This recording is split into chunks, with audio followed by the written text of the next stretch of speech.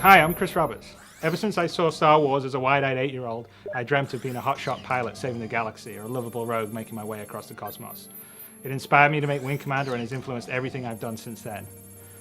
10 years ago, after 20 years of making games, I was burned out, so I took a break, but I never stopped playing games nor loving them.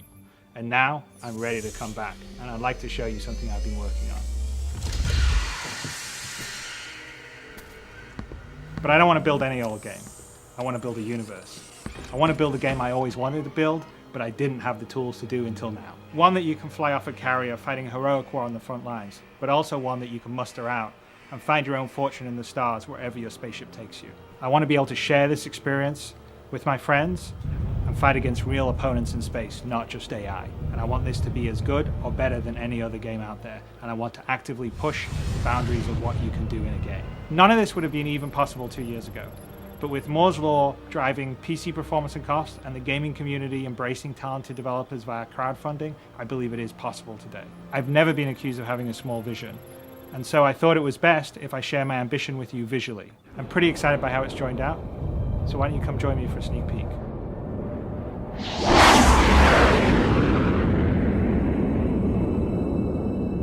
So I want to bring the space sim back. I want to bring the space sim back to the glory that it used to be in the 90s when I was making the Wing Commanders and when I was doing games like Privateer and Freelancer, but I want to utilize today's technology. I want to have the power of a cutting-edge PC with a GPU that can push millions of polys, connected to the broadband where you can play with thousands or hundreds of thousands or even millions of other people around the world in a sort of shared immersive experience. And now I think with Star Citizen I really can deliver that. We're going for something that's a little bit different than, say, a traditional MMO, and obviously different than just a single player game. What we're calling is a shared persistent experience. It is actually a combination of the single player experience and the multiplayer experience. Every player in the Star Citizen game is in the same universe. We don't have different shards or worlds, and you have a life, you have a character, you have multiple characters, they have multiple ships, so you have a bigger goal. You're basically going about making your name and fortune in the galaxy.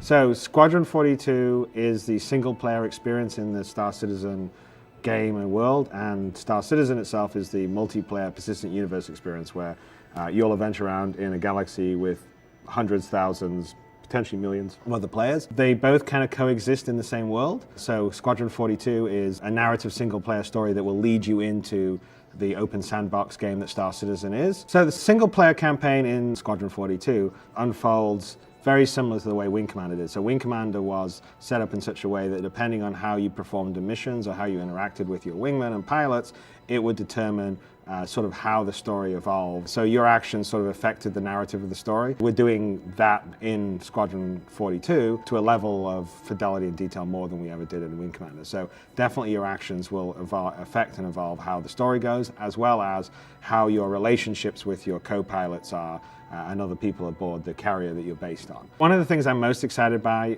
on Squadron 42, and one of the things that we're sort of adding to the lexicon of the Wing Commander experience, is that we're enabling cooperative multiplayer in the single player experience. So as long as you're connected online, your friends, say in your friends list that are, you know in the community, you interact with on our website, they can drop in to your game if you want them to and play the roles of the wingman and the missions you're taking and help you achieve your goals and missions. But I just think it adds a whole new dynamic to the narrative in a game like Squadron 42. So I think it'll be a really cool feature. If you like Wing Commander as a single player experience, Squadron 42 is like the next generation of that. The ambition and the scope of Star Citizen makes it pretty unique in the fact that I think we're starting with at least 100 star systems, and each star system can have multiple planets. Each planet can have multiple landing locations, and all of that sort of rendered and built in a completely sort of high fidelity first person viewpoint. So when we're down on the planet, we're running around in first person. We can go into the bar and we see other players or AI characters, and we can talk and converse with them and get missions. We can walk out of there, go to the ship dealer and buy a new ship. You can walk to the landing pad where your ship's sitting and get into it all in first person, sit down in the cockpit, take off, go out into space. So there's a level of sort of detail and fidelity that I don't think is currently out there in other space games, certainly right now. One of the great things about Star Citizen is there are a lot of different roles you can play in it. You can be a mercenary, you can be a bounty hunter, you can be a merchant trader, you can be a pirate. And we've designed and built a lot of different ships to sort of fill those roles in terms of, this ship's good for dogfighting, this ship's good for hauling cargo. Also, we have a lot of equipment that you can buy or you can find or you can acquire or you can upgrade in the game that will allow you to customize your ship for the roles you want to play. I think that's one of the most exciting parts of the game, is just that sort of free form and the amount of different things that you can do, and that's kind of what Star Citizen's about. So I really felt I wanted to come back and make a game that pushed PC hardware in the way that Wing Commander used to do in the old days. Power of today's PCs are going to allow me to do a much more immersive experience than I could ever do back in the 90s when I was making Wing Commander. The level of detail and graphical fidelity will just allow more functionality, a lot more detail in terms of the ships, so we can simulate the systems and the physics in a way that we never could before because we just didn't have the processing power. So we're supporting Oculus Rift, which is this great VR headset.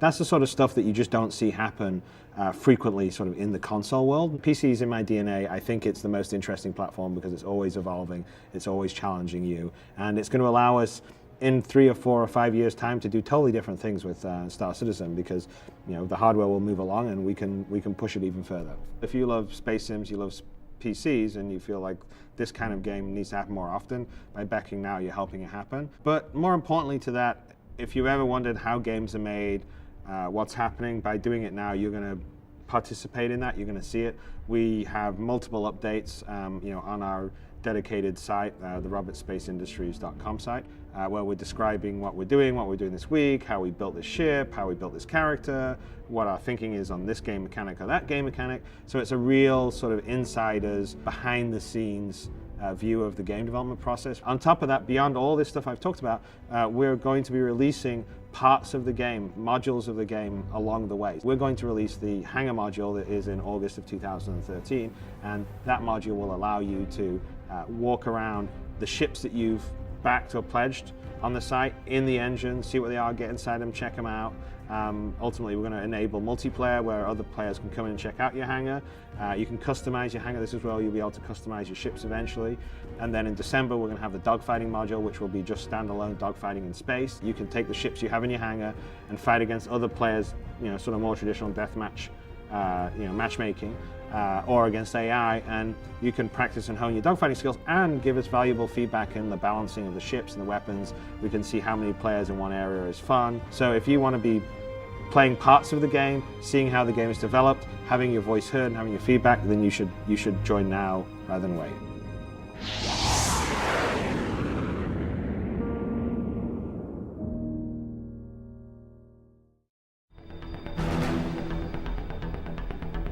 So one thing I think you'll all be very excited about is the level of fidelity in space, the graphical detail and the immersion, because it's to a level that I've never been able to achieve before. I'm trying to build a world that is so detailed and has such great texture that you forget that it's a game, which is always my goal when I'm building games. I'll just climb into the cockpit of the fighter. And as you can see, as we're sort of climbing in, there's a huge amount of detail in the cockpit, because one of the biggest keys for me in the next game I'm building is I really want to have that immersion to be complete, and we're going to do a lot of things that will really push that. Everything inside the cockpit operates and moves and works. If I look around the cockpit, you can see the displays, my hands on the throttle, my hands on the joystick. The whole idea is we're immersed fully in a cockpit that's fully rendered in 3D. So if you issue a command, you hit a button, you'll actually see your character do it in the cockpit. It's all for the immersion. Well, I think immersion is really important for me, because I think that you have to really visualize and create a very believable world. I mean, that's one of the reasons why I always sort of really push the visual fidelity, is because I think that helps with the immersiveness. And the more immersive, the more connected you are to the experience. The more connected you are to the experience, I think the more fun the game itself will be. So an example of that is if we're looking around at our character, we can see that the character himself is about 100,000 faces, which is about 10 times the detail of most current day AAA games. There are about 10,000 faces or so, and so that just allows you to have a little extra detail. The wires on his pilot outfit, the creases in the uniform, and have it really stand up when you come in close and not break down because it's too pixely.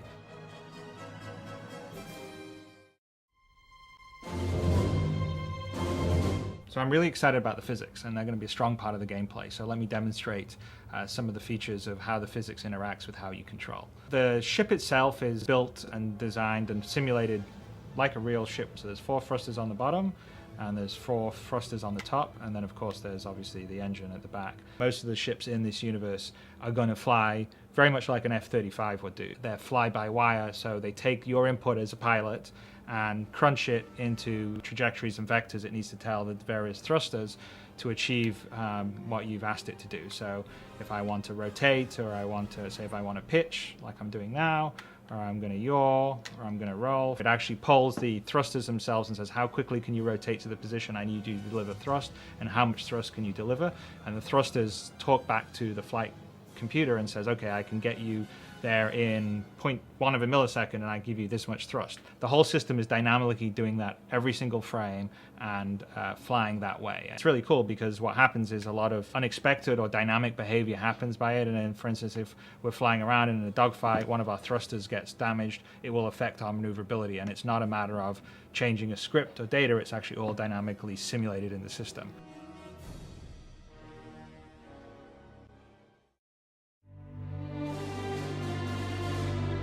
Here's a really great example of the level of scale. I'm going to walk out this corridor and out onto the flight deck. And as you can see, it's huge.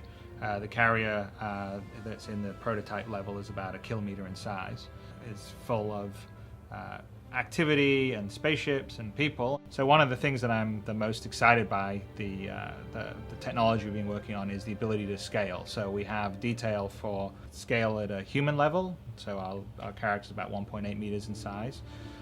Then the same level of detail for a fighter craft that you'll fly, or a bigger craft, which say this fighter craft is 27 meters in size.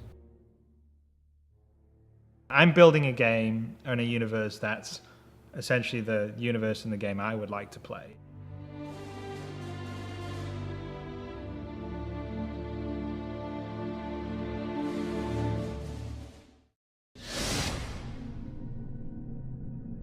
Well, you are playing a character in the game, but it's a different kind of character than traditionally most people would have in an RPG game, because most RPG games, your character is what you're leveling up. You're increasing his strength or his skill levels or whatever. And in our game, your character, you don't level up. The leveling up's much more about the ships you have, the equipment you have, and then as you get further in the game, you can customize. You customize your ship to potentially be better for dogfighting or trading, or you go and find better weapons to upgrade your weapons, or you overclock a weapon, and now you've got a weapon that's 10% better than the stock weapon, and that'll give you an edge in combat.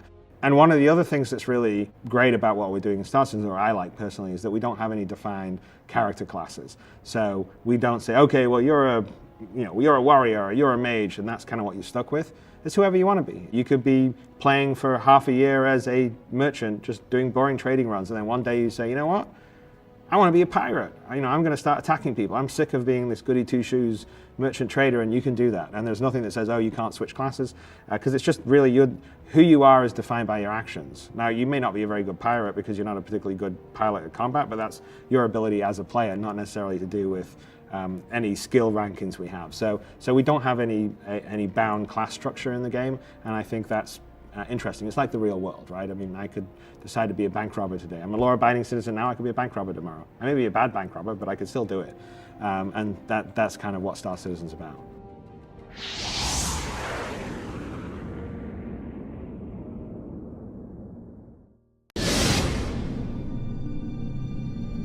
The economy itself, first of all, in Star Citizen is completely dynamic. So the player's actions are going to be affecting the supply and demand and the prices. So a lot of the missions that are generated for players to take, or even AI to go and do, are created by the economy system itself. To give you an example, if you have a weapons factory sitting on a planet and it requires 3 tons of metal alloy and 1 ton of high explosive and 1 ton of electronics to create 20 missiles in a game turn, that factory will create a mission out on the mission boards, which we'll have like in a system, and that will propagate to other systems at sort of the speed of communication in the Star Citizen universe. And it will say, hey, look, I need 3 tons of steel alloy, 1 ton of high explosive, 1 ton of electronics, and who wants to take them? And so in that case, a player could look at the mission board and go, oh, look, there's a mission to take 3 tons. Okay, I'll take it, and fly in with the alloy. And if the player doesn't do it, an AI will take it and fly the stuff in. And along the way, if that player or the AI get attacked by a pirate and they don't make it through, then the goods aren't getting to the factory doesn't have the materials it needs to make the missiles, so it can't produce missiles that turn. Now if people are buying missiles in that system, the inventory on the show floor will dwindle and they won't have any more missiles, which will mean the supply's low, so the demand's high, prices will probably go up. Now that factory will probably say, I have a pirate problem on my getting my raw materials, so it will create a mission with the Mercenaries Guild and says, I need you to go and clear out the pirates that are attacking this stuff, or I need you to be an escort ship escorting these allies in. So that creates missions for mercenaries there. So players' actions as a pirate or as a trader could affect what's happening in the economy. The pirates could be strangling supply to planets, or other people could be blockading it, and then if supplies aren't getting through, that planet will be creating missions to get supplies or get people to open the blockade. So basically the economy itself is generating a lot of the action, and the missions are going on. And by the way, in that combat that you're having, like the pirate that is attacking the merchant ship, well, missiles are getting fired, ships are getting blown up. Well, that's demand on the economy side. So, that means that more missiles will have to be replenished, or a ship has to be replenished. So there's factory nodes on planets making the ships. And so it all is kind of balanced. Hopefully from that you can sort of see how the economy, and the fact that it's dynamic, is generating missions for other players, or generating missions for AI, is creating supply and demand and consumption and production.